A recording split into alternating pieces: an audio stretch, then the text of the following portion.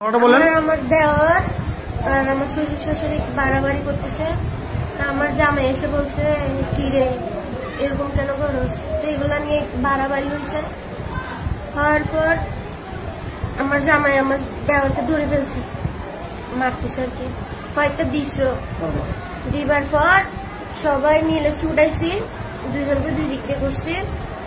করার পর উনি জোরে জোরে নিঃশ্বাস নিচ্ছে আমার জামাই। তো আব্বু এগুলো দেখে আব্বু সরে গেছে। তা আমরা আব্বুকে উঠাইতে যাই, উনিও মানে কি আসছে উঠানোর জন্য পড়ে গেছে। পড়ে যাওয়ার পর শেষ। না না কোনো সমস্যা ছিল না, বেশি উত্তেজিত হয়ে গেছিল, মানে রাগ বেশি হয়ে গেছে। আমরা যেটা শুনে আসছি যে আপনার হাজবেন্ডকে নাকি মারছে, মারার পর না মারে নাই, মারে নাই। আমার হাজবেন্ড উল্টা আমার দেওয়ারকে মানে কি দোষে মারার জন্য। আপনার এখন কি চাওয়া কি?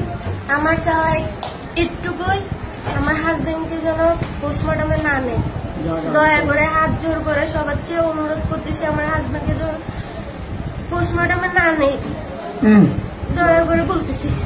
আপনাদের কোনো অভিযোগ নাই এ ব্যাপারে? না। ঠিক আছে।